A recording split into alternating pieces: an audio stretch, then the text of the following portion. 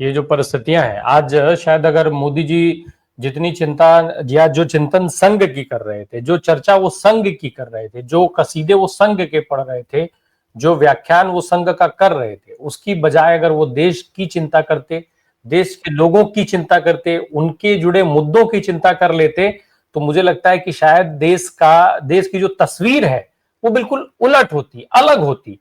आज जो ये सारे देश जिस तरीके का व्यवहार हमारे साथ कर रहे हैं, और जो जो हम जिसकी वजह से हमें रोज खोजना पड़ता है, रोज हम इस बात की चर्चा करते हैं, रोज ये सवाल पूछते हैं ना चाहते हुए भी कि हमारी विदेश नीति कहां है। अरे भाई, ये सवाल नहीं है। हमें आजाद भारत के साथ एक बहुत मजबूत विदेश नीति मिली, रही है हमारी विदेश नीति, और आज उसी देश में हम बैठ करके ये सवाल पूछते हैं कि हमारी विदेश नीति कहां है, कहां से चले थे और कहां पहुंच गए। और मोदी जी बता रहे हैं कि संघ कहां से चला था, कहां पहुंच गया। मोदी जी ये नहीं बता रहे हैं कि हमारी विदेश नीति हमें कहां से मिली थी और हम कहां पहुंच गए। लेकिन अब हमारी मजबूरी हो जाती है कि हमें ऐसे सवाल इस देश में पूछने पड़ते हैं। उससे नुकसान क्या होता है? उससे नुकसान ये होता है कि हमें जिन मुद्दों पर, जिन आवश्यक मुद्दों पर इमीडिएट बात करना चाहिए, वो मुद्दे बाद के लिए पोस्टपोन हो जाते हैं। और यही सबसे बड़ी जरूरत जो है वो मोदी जी की है। क्यों? क्योंकि बस केवल कुछ ऐसे मुद्दे हैं जो पब्लिक डिस्कोर्स से बाहर रहे, पब्लिक डोमेन में ना आने पाए, उनकी चर्चा ना हो पाए, उस पर सवाल ना हो, उस पर किसी को जवाब ना देना पड़े। भाई, प्रधानमंत्री खुद दे नहीं सकते, अमित शाह साहब देंगे नहीं, इसके अलावा देने वाला कोई बचा नहीं भाजपा के अंदर। कौन देगा? भाजपा में और भी कोई नेता है क्या? और कोई मंत्री है क्या? किसी मंत्री को कोई जानता हो? इतना बड़ा ऑपरेशन सिंदूर जिसकी बात प्रधानमंत्री जी ने किया, उसमें राजनाथ जी का रोल कहीं दिखा था क्या? सिवाय तब जब विपक्ष घेर घार के किसी तरीके से संसद में ले आया तो राजनाथ को आगे कर दिया गया खड़ा होकर के, हाँ भाई चलिए बोलिए आप। या सर्वदलीय बैठक जब करना था, प्रधानमंत्री को पता था कि हम जाएंगे तो हमसे बहुत सारे सवाल कर लिए जाएंगे, वहां टेलीप्रॉम्प्टर नहीं मिलेगा, जवाब नहीं दे पाएंगे, वहां राजनाथ सिंह को आगे कर देंगे। अमित शाह साहब वहां चुपचाप बैठे रहेंगे, क्योंकि पता है कि अगर वहां मुंह खोलेंगे पूरा विपक्ष विरोध पर उतारू हो जाएगा, हमें समर्थन नहीं मिलेगा, अलग थलग पड़ जाएंगे। तो ये सारी चीजें हैं और हमें मजबूरी में ऐसी चर्चाएं करनी पड़ती हैं। हमें विदेश नीति, रक्षा नीति, इन नीतियों पर सवाल जब हम पूछते हैं तो वो एक मजबूरी के तहत ही मुझे लगता है कि पूछना पड़ जाता है, क्योंकि आज हमें वो सब चीजें खोजनी पड़ती हैं, जबकि हमें वो पहले ही अच्छी अवस्था में मिली। हमारी अच्छी विदेश नीति रही है, अच्छी रक्षात्मक नीति रही है हमारी, लेकिन आज हम उसको ढूंढते हैं। खैर शशि सर, ये जो अभी विवेक सर कह रहे थे, एक चीज बहुत इंपॉर्टेंट था मुझे लगता है, डरने और डराने की बात करते हैं। तब जब ये देश गुलाम था, हिंदू खतरे में नहीं था, हिंदू धर्म खतरे में नहीं था।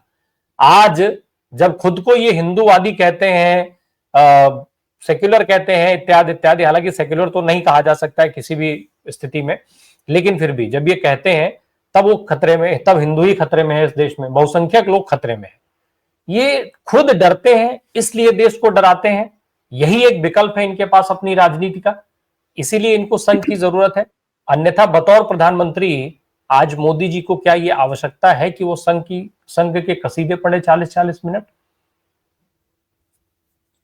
नमस्कार। देखिए, पहली बात तो ये है कि मोदी जी की पैदाइश कहाँ से है, इसलिए आप यदि ये सवाल उठाएंगे कि उनको संघ की आवश्यकता है क्या, संघ की आवश्यकता है उनको, क्योंकि संघ के ही लोग जो है समाज में जहर फैलाने का काम करते हैं, लोगों के मन में जो है सांप्रदायिक जो है दृष्टि भरने की कोशिश करते हैं, और जिसके कारण उसकी राजनीतिक फसल को जो है भारतीय जनता पार्टी या तब जनसंघ, जितने भी उनको वोट प्रतिशत मिले या सीटों की संख्या मिली, वो उसकी फसल को काटते थे। तो इसलिए ये तो आप कह ही नहीं सकते। आपको याद होगा जेपी नड्डा ने एक बार कह डाला ऐसी बातें, लेकिन उसके बाद जो है फिर चीजें जो है जिस प्रकार से दूसरी दिशा में चली गई।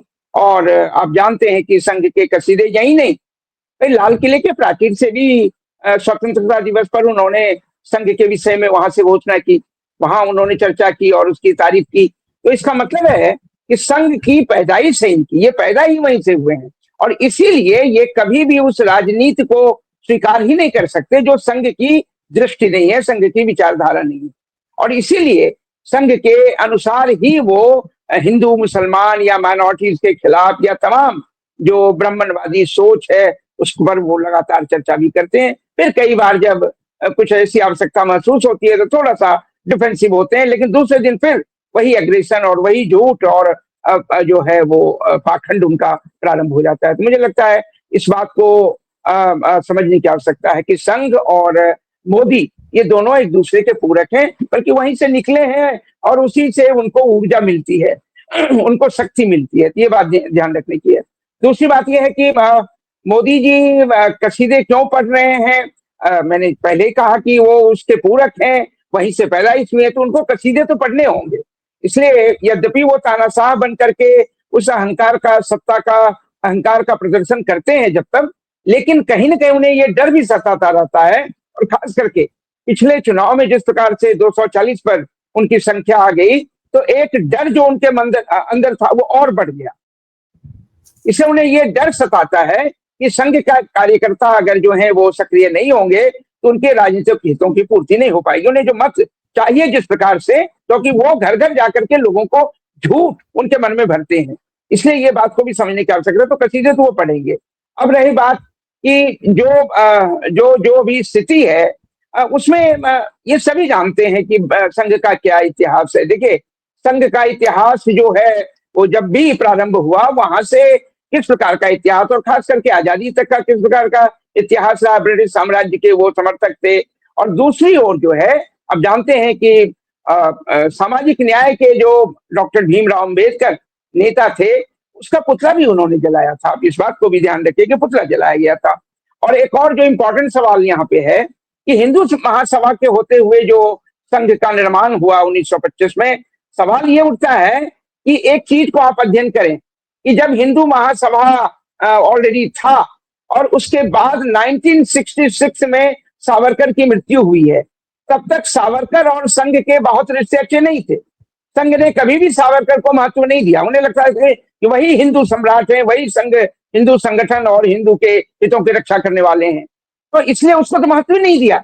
और एक और बात, अगर सावरकर के भी संघ के विषय में विचार पढ़ेंगे तो आपको समझ में आएगा कि संघ को सावरकर भी महत्व नहीं देते, क्योंकि दोनों की अपनी अपनी महत्वाकांक्षा थी। तो हिंदू खतरे में है, चाहे वो हिंदू महासभा हो या चाहे संघ हो, दोनों को हिंदू को खतरे में दिखा करके अपनी अपनी राजनीतिक शक्ति का प्रसार करना था, उसका विस्तार करना था। बस उनका हित इतना ही है, बाकी हिंदुओं के हित से उनका कोई लेना देना नहीं है।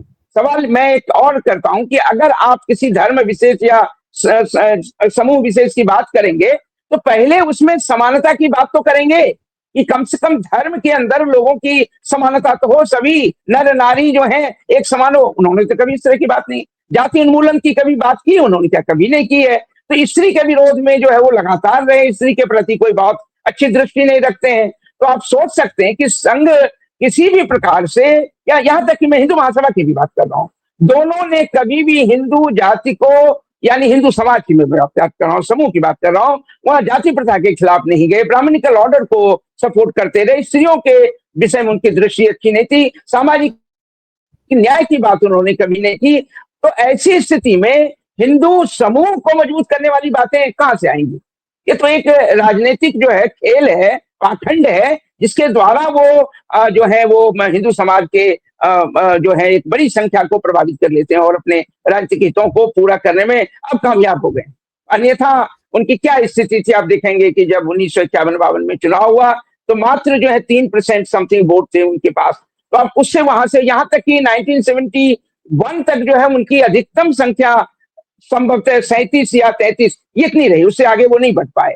तो इसका मतलब है कि उसके बाद में जो आप देखेंगे, और खास करके कांग्रेस की कुछ अपनी गलतियां हुई, जिसमें कि कैसे मंदिर का दरवाजा खोल दिया गया, ये मस्जिद का दरवाजा खोला गया, या जो बहुत सारी बातें हुई मंदिर के लिए, और कैसे पूजा और उसकी जो है, तो उससे वहां से ये जो है ना उनको ताकत मिलनी प्रारंभ हुई। और फिर मंडल के खिलाफ जो कमंडल की बात उन्होंने करके अयोध्या तक की रथ यात्रा की, तो वहां से उनका विस्तार जो है, यानी वहां से धर्म के नाम पर उन्होंने लोगों को संगठित करना प्रारंभ किया। तो डर तो वो लगातार दिखाते रहे। कहीं भी दुनिया में जाइए कि बहुमत से अल्पसंख्यक को डर कैसे लग सकता है? आई मीन बहुमत से अल्पसंख्यक को डर लग सकता है, किंतु अल्पसंख्यक से बहुमत को डर नहीं लग सकता है।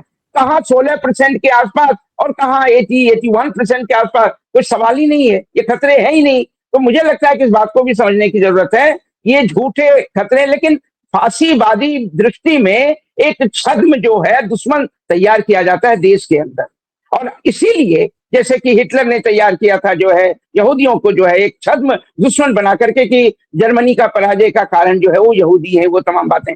भारत में भी अल्पसंख्यकों को एक छद्म राष्ट्र दुश्मन जो है घोषित राष्ट्र शत्रु बना करके वो कोशिश करेंगे कि, और यही कोशिश कर रहे हैं कि कैसे हिंदू समाज को संगठित करने की कोशिश करें। लेकिन हिंदू समाज को इसी बात को समझने की आवश्यकता है कि क्या कभी संघ ने, ये बातें तो कही गई कि भाई ब्राह्मण से जो है एक रज्जू भैया को छोड़ करके सारे ब्राह्मण, वो भी चित्पावन ब्राह्मण, वो भी चित्पावन, सारे ब्राह्मणों को भी इन्होंने प्रमुखता नहीं दी। इसका मतलब है कि एक तंत्र इनका जो है, दूसरे इनको लगातार संसाधन मिलते रहे हैं इन तमाम जो वाणिज्य और बिजनेसमैन और ऐसे कम्युनिटी से, विदेशों से इनको बहुत पैसा आता है। जो विदेश में हिंदुस्तान के लोग जाते हैं वहां वो ज्यादा कट्टर हिंदू बन जाते हैं एक आइडेंटिटी के कारण जो है, और उसका जो है लाभ इनको संघ को भी मिलता है। तो मुझे इस बात को भी समझने की आपको जरूरत है। मुझे लगता है कि ये सारी चीजें हो रही। रही बात राहुल गांधी पर, मैं एक दो बात क्या करके अपनी बात यहाँ पे खत्म करूंगा कि राहुल गांधी को जो भी ये धमकी मिली है और एक व्यक्ति ने धमकी दी, आप एक व्यक्ति नहीं समझे और इस धमकी को राहुल गांधी के प्रति एक धमकी मात्र मत समझें। ये मूलतः जो हिंसा की संस्कृति है इनकी, जो हिंसा का एक कल्चर है इनका, हिंसा के प्रति जो इनकी दृष्टि और विचारधारा है, और कहीं न कहीं समाज में ये भय पैदा करके जो है अपने शक्ति का निर्माण करने की कोशिश करते हैं। तो अब जिस प्रकार से वो विजयादशमी के दिन जो है अस्त्र शस्त्र की पूजा करते हैं, कोई पूछे कि मानव समाज के इस लोकतांत्रिक युग में शक्ति की पूजा सेना करे, सेना को युद्ध करना होता है, सेना को सीमा की सुरक्षा करनी पड़ती है, या पुलिस है जिसे लॉ एंड ऑर्डर मेंटेन करना है, लेकिन किसी संगठन को शक्ति की और अस्त्र शस्त्र की पूजा की क्या आवश्यकता है? इसका मतलब है कि वो हिंसा में विश्वास करते हैं, वो अस्त्र शस्त्र में विश्वास करते हैं, वो शांति में विश्वास नहीं करते हैं, लोकतांत्रिक व्यवस्था में विश्वास नहीं करते हैं, और धार्मिक जो असहिष्णुता, इनटॉलरेंस को बढ़ावा दे करके सत्ता में और शक्ति को वो पाने की कोशिश करते हैं। इस बात को तो मैं मानता हूं कि कम से कम मोदी के काल में, और यहां तक कि जो संघ का पहले से, ये एक हिंसा और नफरत की संस्कृति को इन्होंने इस देश में लोकतांत्रिक संस्कृति के खिलाफ बना दिया है, और ये खतरनाक है। व्यक्ति मर जाएगा या व्यक्ति ने धमकी दी तो बहुत छोटी सी बात है। मुझे लगता है कि ये संस्कृति आने वाले कल के लिए और भारतीय जनतंत्र के लिए खतरनाक है। धन्यवाद।